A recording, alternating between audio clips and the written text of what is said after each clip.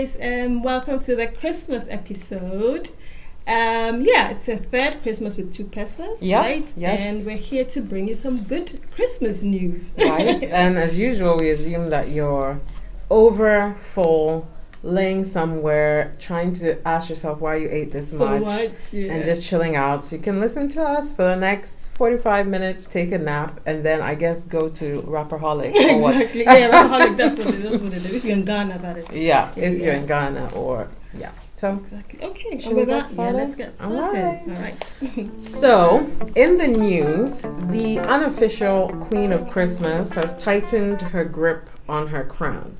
So, the Queen of Christmas obviously being Mariah Carey. I was wondering. So, for 2020, for the 2020 edition of the Guinness Book of World Records, the good sis Mariah has 3 entries in there, and all of them are thanks to the song All I Want for Christmas Is You. Wow. And of course, that song is famous at this point, and it's off her 1994 album Merry Christmas. And according to some statistics, she's earned $60 million in royalties off of that song alone. I'm sure she never has to work again. She can live off All I Want for Christmas Is You forever. Like if she had no other catalog, and that's amazing. That's when that's true artistry, right? You know. So for the 2020 Guinness Book of World Records, she's going on there as the highest charting holiday song of all time, the most streamed Spotify song in a 24-hour period, and that probably starts like December something. Like everyone is like, it's time for All I Want. It's that time again. And then the third entry is for being the most weeks in the UK top 10 for a Christmas song. And outside of that, All I Want for Christmas Is You is obviously the best-selling Christmas song of all time, and also the 12th best-selling song of all time, period, any genre. So, like I said, the queen is back. She's back She's year. not letting up her reign. Everybody out here talking about I'm the queen. The true queen is here, and she's gripping her crown extra tight, and we will all have to deal. Yeah. So if you're tired of that song, sorry, because it's not going. You're gonna hear it somewhere. You're gonna hear it. It's not going anywhere, and so that's my in the news. Just something beautiful. really short and Brilliant. So my in the news is on the mistletoe drone.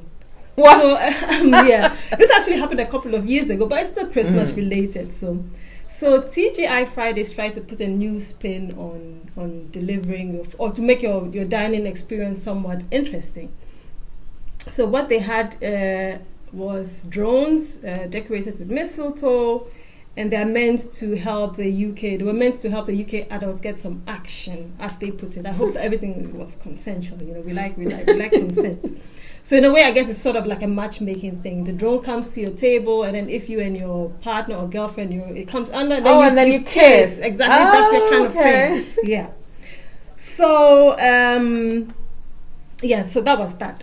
So they tried this in Brooklyn at some point. I think they had invited some photographers and reporters to sort of test the whole thing. And of course, it caused chaos. Now, what happened was that the drone accidentally slammed into the photographer's face because it was trying to land on his hand. He was trying to dodge it, and then it landed. It slammed into the photographer's face. And the reporter was the reporter flinched, and then the mistletoe drone got into the photographer's face. Now, it caused injury to her nose and to her chin. And she's reported to have said that in all her life of reporting, this has been the most dangerous because she's covered crime, she's covered all sorts of things. But this was really something that really, really got to her.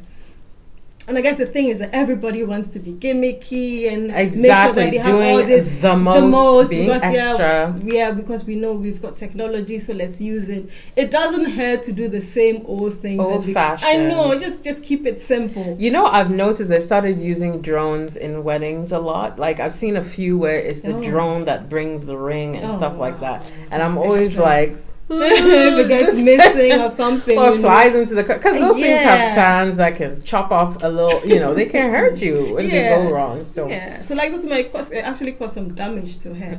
And it doesn't have to be gimmicky all the time. You just can't just keep it simple. So my tip for you, if you're going out this Christmas to eat and you go to a restaurant that has these drones, you might want to be a bit careful. Take your food to go. Yeah, take it to go, or be a bit careful. And that's my ending. It's pretty short as well. Funny. Yeah. Okay, so on to songs of the week. And of course, since this is a Christmas episode, all the songs are going to be Christmas themed. And I decided to go with like a soulful Christmas theme in my 3 songs here. Okay. So the first song is by James Brown, and it's called Santa Claus Goes Straight to the Ghetto. Really? So I was like, wait, first of all, the title had me laughing for like 5 minutes. Really? But it is from his 1968 Christmas album, A Soulful Christmas. And it's James Brown, and you can't go wrong. The song actually has a bit of a social message, which I like about it, and it's about how basically there are people in the ghetto, in less privileged areas and whatever, who need that Christmas cheer as well, more than maybe someone else who is doing well in life, etc. But it's your typical James Brown joint, so it's catchy, it's well made, well sung. And that's it. The first song is James Brown, Santa Claus Goes Straight to the Ghetto. Beautiful. The second one is by Otis Redding, and it's called Merry Christmas Baby. And this is one of my faves. I love this song. I love it. Yeah. And so Otis Redding tragically died at the age of 26 in a plane crash. But his impact, has been uncontested in terms of soul. He's one of my favorite soul singers. He's known for songs such as, obviously, Sitting on the Dock of the Bay, Try a Little Tenderness, These Arms of Mine. Love him. And he was kind of fine, and I'd be mourning him, even though I never was even born when he died. So anyway, this song has been covered many, many, many times. Actually, its first was recorded in 1947 by a group called Johnny Moore Three Blazes. And pretty much there's so many singers that have covered it, but for me, I think this has to be one of my favorite versions. So it's a 1968 Otis Redding version of Merry Christmas Baby, and that's my second song. And my final song is by legendary soul singer Donny Hathaway, who also tragically passed in 1979. Don't tell me that the song's this Christmas. You have that? No, but I have something sort of related to that. It's this one. No, it actually is, but a different artist. So, of course, Donny Hathaway is known for songs such as A Song for You, Someday We'll All Be Free, Closer I Get to You, which was a duet with Roberta Flack. Yes. And just many other classic, soulful, beautiful songs. And this is actually his song. I didn't realize. I didn't realize. Most recently, it got covered by Chris Brown. I think a lot of people know the Chris Brown version. But that's like the Kids Bop version of a song, right? Like, this is the real stuff. The sauce. You can feel it. And that came out in 1970. And that's my third song this Christmas. So my 3 songs are James Brown, Santa Claus Goes Straight to the Ghetto, Otis Redding's version of Merry Christmas Baby, and This Christmas by Donny Hathaway. Beautiful. Okay, so my 2 songs for you today. The first one is actually also this Christmas, but basically go listen to This Christmas. Like, it's a Christmas standard now. It's gorgeous. But this one is by John it's from John Legend. Okay. Oh, okay. I didn't know he had one. So I've loved John Legend ever since his very first album. Same. I think it was Lifted. Get Lifted. Yeah, love that album. Yeah, it's brilliant. And he released a Christmas album last year called The Legendary Christmas. And then this year he re-released it with 4 additional tracks. And this Christmas is on this. I see. On this one, lovely. So Peaches has said a lot about this Christmas. Donny Hathaway, I had that here. I mean, if you didn't know, Donny Hathaway is Lala Hathaway's dad as well. Yes, if you didn't know I forgot that. to mention Yes, amazing singer. Go check out Donny Hathaway. John Legend is also very and brilliant. Lala Hathaway, actually. Yes, she's got some lovely music. She's amazing. She She's is, also truly. so amazing. So that's the song this Christmas. Go check out the two. You can Yes, listen to the two yeah. versions and compare. And that's that John Legend this Christmas. The second song that I have for you is "I'll Be Home for Christmas," and it's by this version is by PJ Morton. God, I love him. Oh, you PJ do? Morton, he's awesome. Okay. He has a song out with JoJo. Go check it out. All right. It's called "Just Say So," something like that. Right. Okay. So PJ Morton is an American singer, producer, a songwriter, and he's been playing keyboard for Maroon 5 since 2010. Actually, Has he? Yeah, that's what I Because saw. he was raised in church and all that, Yeah, so I he used to didn't play know in that. church. And I think it was one of those things where when he started making secular music, people were like, "Oh, you're going out into the world now." So I didn't know he was with Maroon 5. I saw this and I was a bit surprised actually. And he has quite a bit of music out there as well. But then it was his self-released studio album called Gamble, which actually got him a Grammy nomination. So that's quite interesting. And if you didn't hear Peaches, his father is Bishop Morton. If you listen to gospel music, you know about Bishop Morton. And I'll Be Home for Christmas is a sort of a slow tempo track that you probably want to listen to when you've eaten all your food and you just want to chill. Like right now. Yeah, exactly. You just put this on, listen to it, and then you just chill. So those are my two songs, John Legend, This Christmas, and PJ Morton, I'll Be Home for Christmas. Lovely. So moving on to What the F. And it seems that there's an ongoing trend of having weird Christmas centerpieces, and it's usually in a small town. Last time there was if you remember last episode, I talked about the Yule goat in Sweden somewhere. Yes.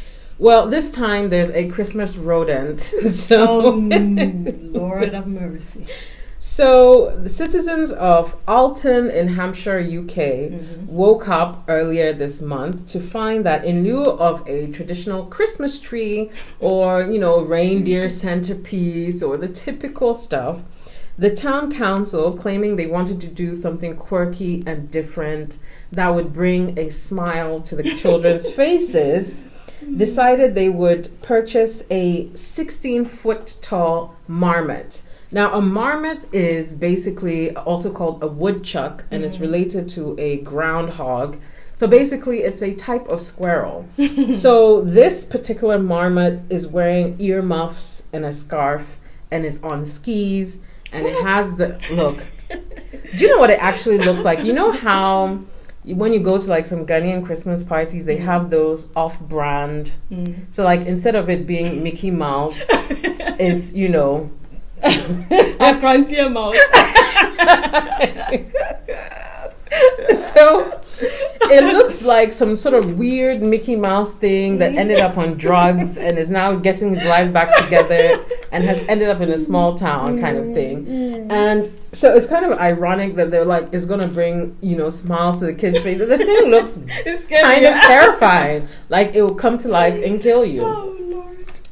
So, of course, the local town folk have started complaining. Some saying, "What do rodents have to do with Christmas?" And and things like that. But apparently, the town council doubled down on their choice, saying that they feel like they don't regret it, and they feel like it's been a unique and stand-out centerpiece. And the £4,000 they spent on it, because they spent £4,000 on it, has been a good and proper investment. So I'm like, it's just quite amusing when you see the stupid thing. It's People hilarious. just want to be different so bad they'll do anything just to be Just different. like the mistletoe thing, doing too much. Too much. Oh, so anyway, that's my what the F. Oh my goodness, rodents here. Okay, so my what the F, in peak first world problems, consumers of celebrations are pulling out their hair in anger. Now, if you don't know celebration is basically an assortment of like different kinds of chocolates. You've got your Twix. Is it a Cad? It's not Cadbury. Is it? Mars. Mars. Yeah. So you've got your Twix, your Bounty, your Snickers, whatever. Now, and if you don't know what an advent calendar is, basically for the 25 days leading to Christmas, you've got a little calendar. Every day you pick open one a door. thing. Okay. So, and they're not only just edible, you can have like other ones, maybe filled with Lego toys. It's different kinds of advent calendars. Now, consumers of the Celebrations Advent Calendar are annoyed because for 2 days in a row there was bounty in the windows, and they can't have that. That's the only reason. That's the complaint. That's the complaint. They say Christmas is cancelled. How can you do that? It's just really shock horror. And it's so weird that people, the way the consumers were annoyed, it's like outrage. They're writing stern letters. I want to speak to the manager. They complained on Twitter. It was just really, really crazy. And so people are genuinely annoyed with Mars Inc., right? Now, instead of Mars apologizing, they decided to troll their customers like all the way. They replied with lols made out of bounty. They had a guy throwing bounties in the air saying bounties for all. They had 2 bounties playing electric guitars with the message saying that name a more iconic duo. Like they were really they did not care. They didn't really not care. And the thing is that the interesting thing is that last year it was the same thing. Apparently, people had got 2 annoyed. Things back to back. Not even that. The first door was a bounty, and people got annoyed. Why? I didn't know. Is there some bounty hate going on? I'm not a fan of bounty either. But too? No. But if I had an advent calendar and there was bounty, it wouldn't make me annoyed. Throw a fit. Like really? I mean, there's more serious things going on. This is why people get stressed out during the holidays, because every little detail becomes a thing, and you're just like, I'm leaving. I'm going home. I don't need this. It's such a pet. I think it's so petty that people get annoyed over chocolate when you know that you've still got 24 days or 23 days to go, and other stuff. Things. Maybe another bounty. Deal with it. Deal with it. How many chocolates do Mars Inc. make? Obviously, they're going to repeat some things. That's the thing. And it's probably just really random anyway. Like, let's just do it, and then and they just stick. Oh, goodness. So that's not what the F. People cancelling Christmas because of an advent calendar and mass trolling the consumers as they should. I know, they're like, calm down. Come on, you know. And that's my what the F. Oh, that's good. Thank you. Okay, so I'm going to change tack somewhat and get a little bit serious, so bear with me. Mm-hmm. So my 2 Pesewas today is on dealing with loneliness.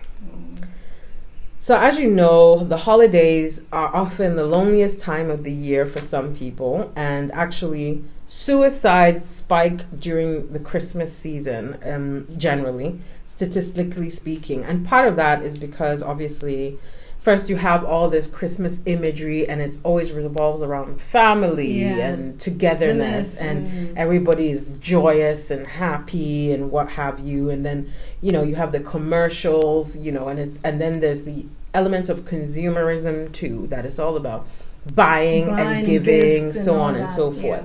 So if you find yourself in a position where maybe you don't have family around, or you're not close with your family, you don't have that many friends, and you're just plain old broke, then Christmas, or just holidays in general, but Christmas especially because it's the biggest one of the holiday seasons, is a very difficult time, and it just accentuates some people's problems. Like if you're lonely, it accentuates your loneliness. If you're broke, it accentuates your brokenness. So today I want to focus on loneliness and the loneliness aspect. So humans have obviously evolved to be social versus solitary animals, right? So we're more like dogs in that we like to roll in a pack versus evil cats who are oh, the poor cats, who are solitary and don't care about you. So when we aren't in our pack, we feel a strong emotional response, and that is loneliness. And obviously, one of the main things loneliness does is it leads to depression, right? And not only that, just, being aware that typically during the holiday seasons, people's loneliness is accentuated and made worse, and depression, but we are now in an era of like our social lives where loneliness is becoming more and more of a problem. Yeah. And part of that reason is because of social media, right? Because one of the things social media does is it gives you a false sense of connectedness, right? Yeah. So you go online, you're like, oh, I have hundreds of friends. Like this person, you're laughing, ha ha ha ha ha, this, that. But you don't realize until you have what they call an emotional crisis, where you need that actual physical presence of someone, where you realize that you've been dealing with quantity and not quality. So you have all these friends on paper, but in reality, you're at home dealing with your troubles by yourself, because you can't really see yourself asking any of these online people for help or for support or anything like that. And then the other thing, obviously, that social media does is give the impression that everyone else is happy, fulfilled, has their tribe, has their pack, have their, connection, and it's just you that are alone with no friends, etc., which just sort of amplifies the cycle of loneliness and depression. So what to do? So in order to feel connected to others, i.e. not feel lonely, there are 3 things that need to occur. You need to feel seen, you need to feel heard, and you need to feel valued, right? And so the short answer to how do you deal with loneliness, or how do you avert loneliness or cure, quote unquote, your loneliness, is to spend more time with people who see, hear, and value you. Now that's the very, very short answer. So I'm going to give like a couple of steps, tips, whatever you want to call them, to dealing or addressing your loneliness. Now, the first one would be to create an anchor of connection through ritual. So an anchor of connection is a centerpiece, a thing you do that facilitates you connecting to other people, right? So ritual in this case is a combination of a repetitive action done with intent. So for example, if you do already have a good circle of friends, have a thing that you do. Let's say every week we go to, trivia night somewhere, or we do, we go to the movies on Saturdays as a group. And that will be your ritual, and that is your anchor of connection. That is how you maintain. Basically, it's just a fancy way of saying that nurture your relationships. You have to invest, and that's what, again, contemporary society, we don't have time anymore. Everybody goes, busy, you leave the house at 6 a.m., you come back at 8 p.m. And so the last thing you do really is want to pick up your phone and be like, hey, how are you? Or meet up with your friends or whatever. But like anything else, relationships have to be nurtured. You have to prioritize your connections to other people in order for them to hold true and hold firm, so that when you really do have a problem, you have this sense of security. And I don't just mean friends, family as well.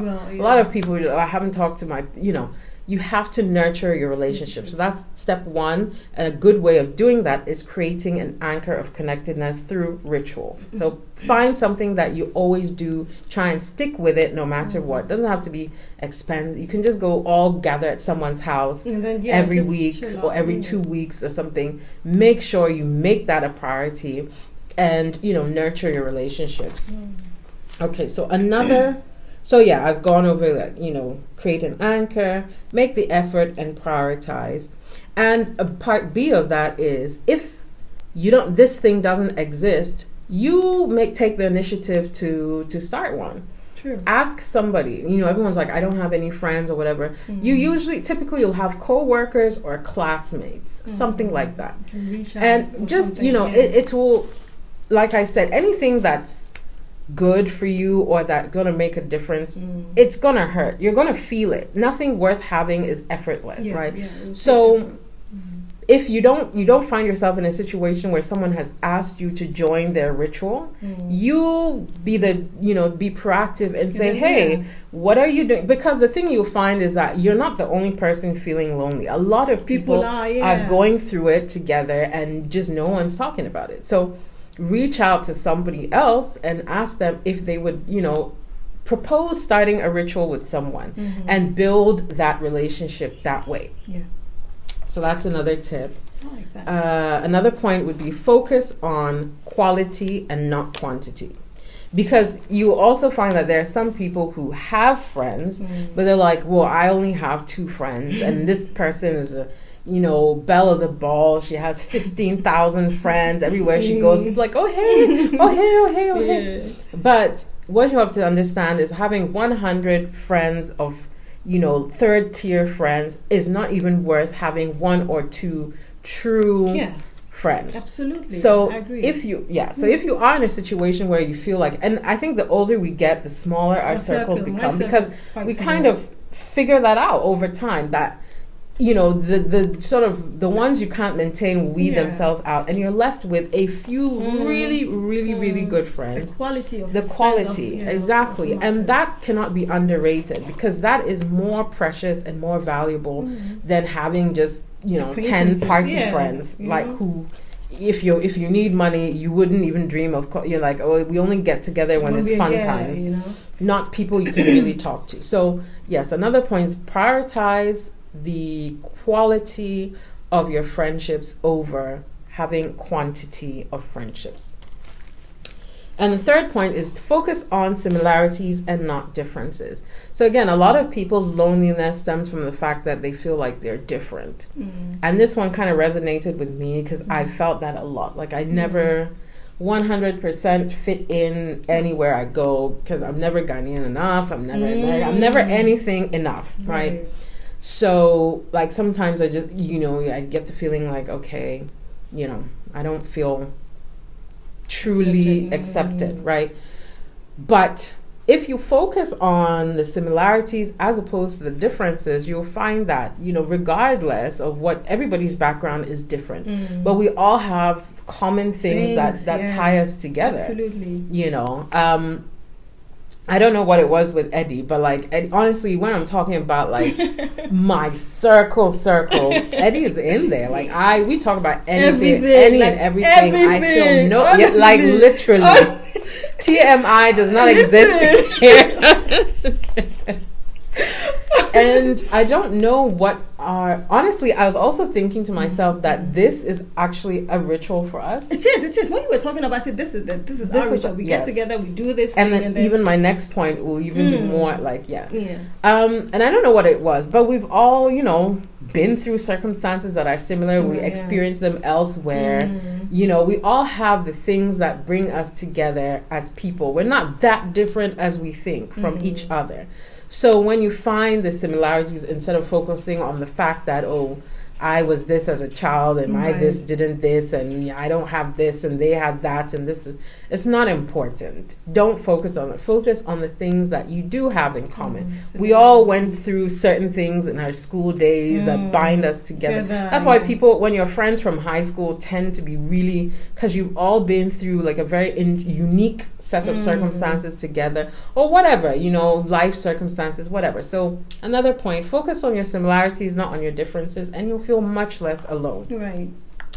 Point 4, find a creative outlet. So this actually qualifies, checks many boxes for me, which is why I love doing this actually. So a lot of people, again, feel alone because there's a sense of emptiness. And that's because you feel like a robot. Like you, again, get up, go to work, do your work, come home, you're exhausted, you go to bed, you don't talk to anyone really, you don't pursue anything outside of, the necessities of just living. So a good way to feel a lot less alone is find a creative outlet. And again, your creative outlet can become your ritual, can become your anchor of connectedness. Assuming I didn't know Eddie or whatever, during the course of doing this show, I'd have gotten a lot more close to her if I wasn't already, tied to her cloth, my cloth and her cloth tied. You're funny. So, and I was even thinking, I have a friend, hey Lebanese, she does wonderful wine and art events. I enjoy doing those so Yes, much. I yes. just love them. I really And do. you know, something like that is very chill, very relaxing. You get to paint, you get to meet people, and you find that you know, regulars become the thing. So you go and you see the same people over and over, like, hey, I saw you last week, da da da da da da, and you can make friends. So find a creative outlet, find a passion outside of, you know, just going to work and making money and so on and so forth. And that too is a great way to feel less lonely. Now, my final point is to give. So a good way to feel connected to others is to help them.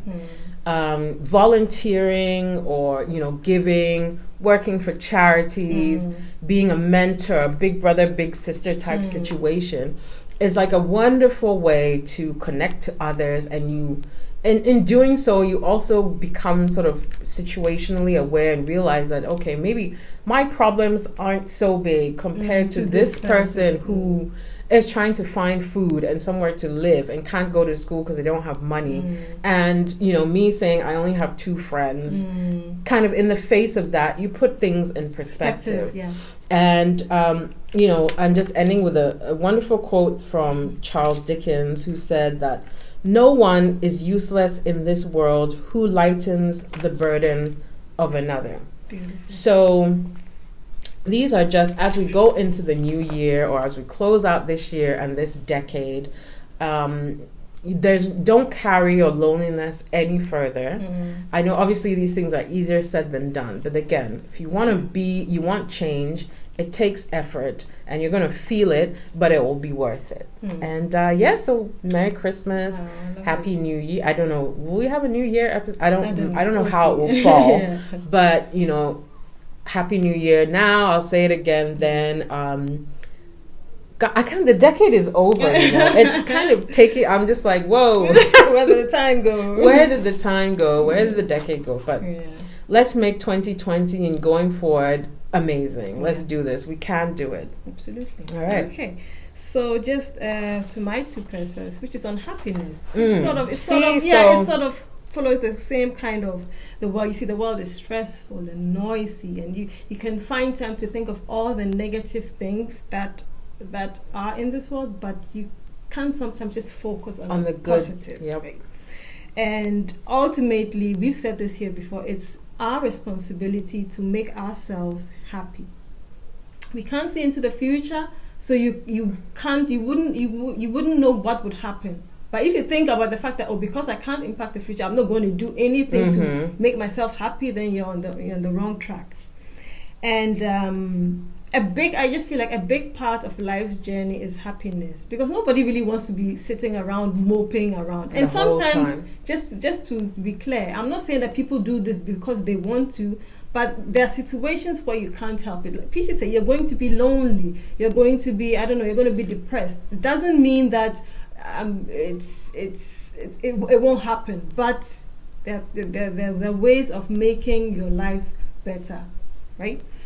And it never is a one size fits all kind of thing. What might mean happiness to me could be totally different from what might mean happiness to Peaches. And a lot of times we meet people, friends, relatives, and the first thing we do is ask them, what do you do? What's your job? Are you married? Do you have kids? Right. Blah, blah, blah, blah, blah, blah. We don't stop to ask them, are you happy? Exactly. What is making you happy? That kind of thing. You tend to accost people with the things that you think society wants you to ask them. Where did you go to school? When did you bought a Corolla? How much? Things like that, you know. Sometimes just take a breath and ask people, are you happy? What can you do? What do you want me? What can I do to help you be happier? Or what do you do to make yourself happy? Right. And happiness is basically, it's just a block that increases life satisfaction as well. You've got to find ways of making yourself happy. There are things you can do. Peaches has basically said sort of everything. Your creative outlets. There are things that you can do that could make you happy. The short-term happy thing is okay, but you've got to look at the long-term. What are the things that are going to make you happy in the long term? Money is not the answer to everything, right? You can have loads and loads of money, but it's not going to make you happy. So can I just interrupt? Sure. I read this quote from Jim Carrey, actually, who you might not know has suffered with depression for like 20 years or something. And he said that he wished that everyone could have the money to get everything that they ever want, so that they realize that it's not the answer. Yes. Because people think, if only I had this, if only I had a new car, if only I had a $1,000 Brazilian weave, if only this and that, then I'd be happy.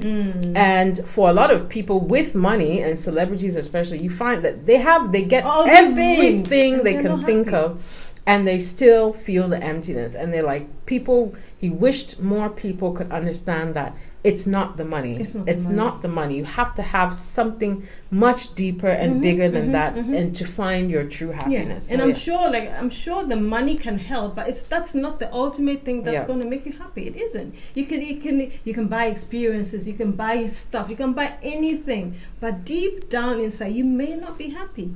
So during this festive period, I just want us to just take a breath after all your Christmas dinings and winings and all that. Just take a step back and ask yourself, what can I do to make myself happier? How can I be happier? And if you see somebody who's struggling, talk to them. Don't ask them about, why don't you have a job? Why don't you have 2 babies? Just stop and ask them, what can I do to help you make your life happier? And that's all I really want to say. That's just wonderful. Focus on happiness. And prioritize your happiness. I think for a lot of us, especially those brought up in certain, shall we say, traditional homes, it never really comes up. No. It's all about, you have to do this, you have to have a job, you have to get this, you have to get a car, and you have to get married, and those are the things. Nobody ever really stops to ask, okay, are you happy? What makes you happy? How can you be happy? Would you be willing to sacrifice one of these checklist items to find your true happiness? And that's so hard to do, but I feel like the few people who have done it kind of gone off the beaten track, knowing that being an accountant is not going to make me happy, and I know it. So I'm going to go do this. I'm going to make kente bags. And they're like, what a waste. But they don't understand that your true happiness is invaluable. You cannot put, a price on it. And you'll live longer. That's the thing. That health benefits to you being happy. Yes, you will live longer. You will live longer. So that's really a short one from me, just on your happiness. Just think about it. Sometimes we don't. We follow all these societal things that we have to achieve, step, and then forget that we're not actually happy. Exactly. We don't ask ourselves, why are we doing these things? We just we have to. Because of the pressure, or because everybody's doing it? Are you doing it because you really want to, or because others are telling you? Right? So think about your happiness this season. Yes. I beg you. Merry Christmas. Merry Christmas, Enjoy guys. I hope the traffic hasn't driven anyone mad yet. All the mayhem, crazy. I know. So take care, be safe out there, and that's us. All right, Merry Christmas. Bye. Bye.